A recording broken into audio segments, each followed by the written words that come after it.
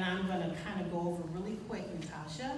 It's Natasha Schaefer. She is the Sexual Abuse and Misconduct Prevention Coordinator for the Colorado Division of Services. She has over 20 years of experience in the juvenile justice system, and she has acquired her master's degree in social work from the University of Denver as well.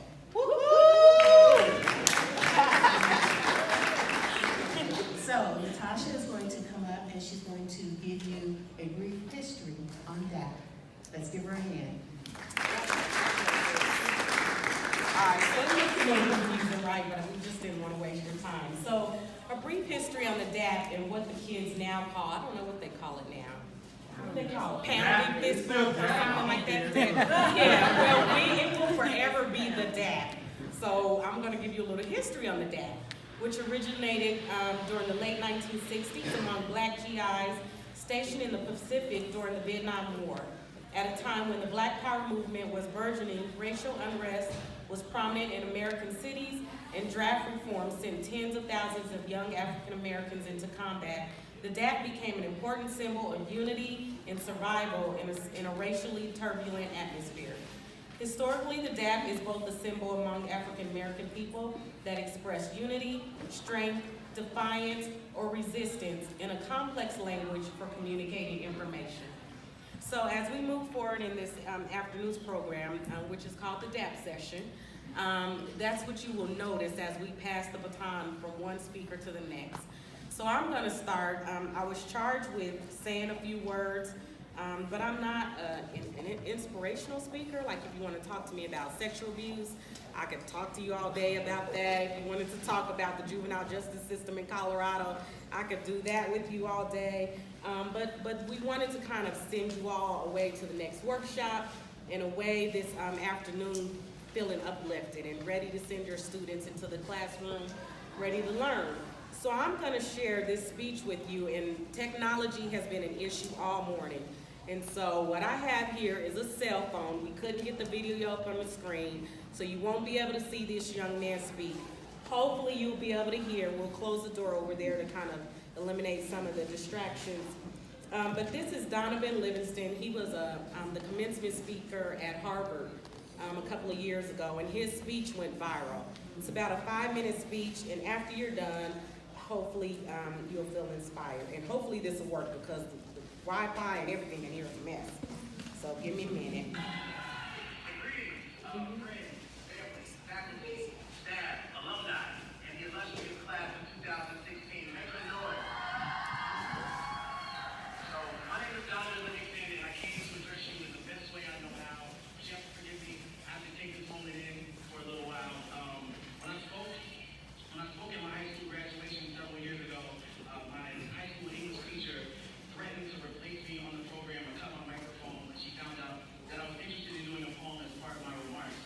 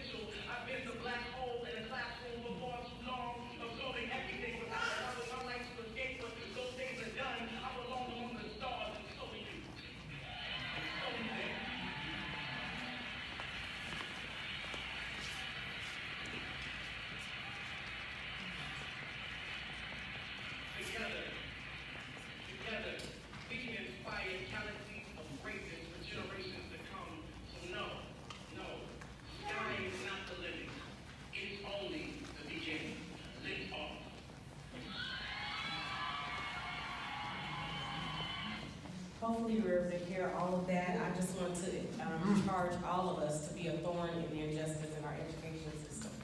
All right.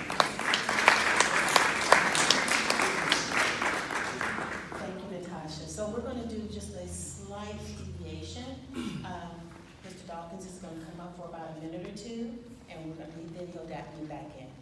All right? All right. Okay. Thank you. All righty. So some of you already saw me this morning. If you didn't and you're here now, thank you. I am Nick Dawkins. But we talked a lot about this morning, and what I got a lot of feedback on is, excuse me, the idea of us being others, our otherness. And so if you weren't here this morning, we talked about how in the conversations for the Constitution of America after Reconstruction, the newly emancipated people of color, we had to figure out what their status was going to be. And the Democrats in Congress at that time envisioned us as somewhere between alien and citizen. Oh, man. All right. Somewhere between alien and citizen. And so that's where our existence in these systems comes from, right? And so what I used to feel as a kid, well, why am I the only black kid in AP at East High School? Where's all my friends at? Because at lunch we're all together. But when it comes to the advanced classes, I can't find them. Well, our otherness was always going to be part of that. The interventions that we have for kids. And then who are schools truly built for? I would continue to ask that question, but also to have people marinate on the idea as if we're the others, what does that mean for us? What does that mean for our education? What does that mean for the demands that we have to make? What does that mean for the kind of schools we have to create so that others can thrive? There's a great scholar in the room right here that talks about, well, you don't find failing schools in certain areas of the city. But you do in the others area. Right. Right. So knowing our history helps us take away those mysteries. I'm Nick Dawkins. Thank you. Right on.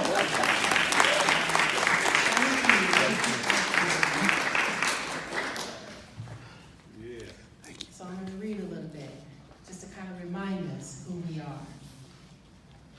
They believe our bloodlines and pedigrees elevate them above the rest. Hey, colonizer, guess what? Fake news.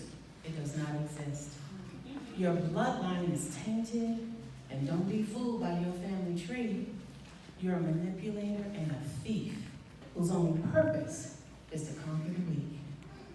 Your pedigree politicians ain't nothing but court gestures, shucking and jiving for foreign kings and queens, making fools of their predecessors. Striving to deceive the masses with their rhetoric and tales, false narratives documented in books reinforcing the veil. Your goal is to distract the world, replicated by means. Check and check, objective achieved. Our lineage and character is dripping with prestige. It runs deeper, flows stronger than anything you'll ever see. Our resilience and willpower shines brighter than the stars. Adaptation covers all of our scars. Women and men, such a glorious rainbow blend, the love of our families insulating our skin. We have undeniable strength that we consistently show, never backing down, making our power known. Insistently beating and knocking down doors, tearing down walls, and prepping for war. Yielding to no one so our children can soar. Family is our pride, and unity is our sword. Your community is here. Your community is strong. We stand together all day long.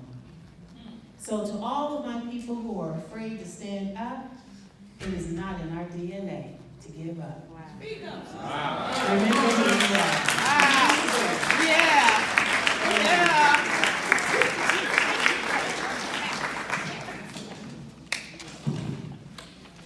Good afternoon, Black people. I'm Keisha Booth, and first I want to just always honor my elders in the room, and I want to say thank you to Dr. Sampson and her team for putting this day together. You've planned an amazing event, and I thank you for creating space for us to heal and to come together and to be able to be unapologetically Black. All right. Because not all spaces welcome that. And That's so we right. have to be intentional about creating those spaces. And you do that for us, and you've done that for us, and you've done that today, and I thank you. And so I'm going to stay on that theme of unapologetically Black, and I'm going to ask you to close your eyes for a second. And I want you to think of a time when you were a thorn in the side of injustice. Just think of a time. It could be past, it's happened already. It could be currently happening.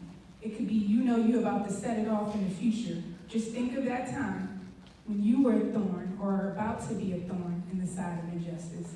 And raise your hand when you got that vision in your mind for me. All right. Now go open your eyes now. And hold that vision for me, because I want you to be unapologetic about it.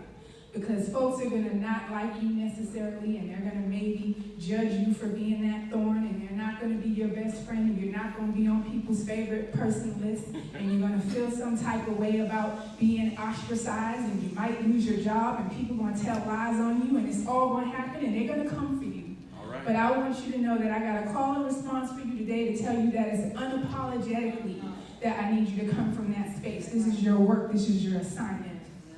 So, I'm going to hold the mic to you, and you say unapologetically. Unapologetically. All right, let's get this thing going. You know, it's a beautiful thing to know your strength, to know your power, to stand in your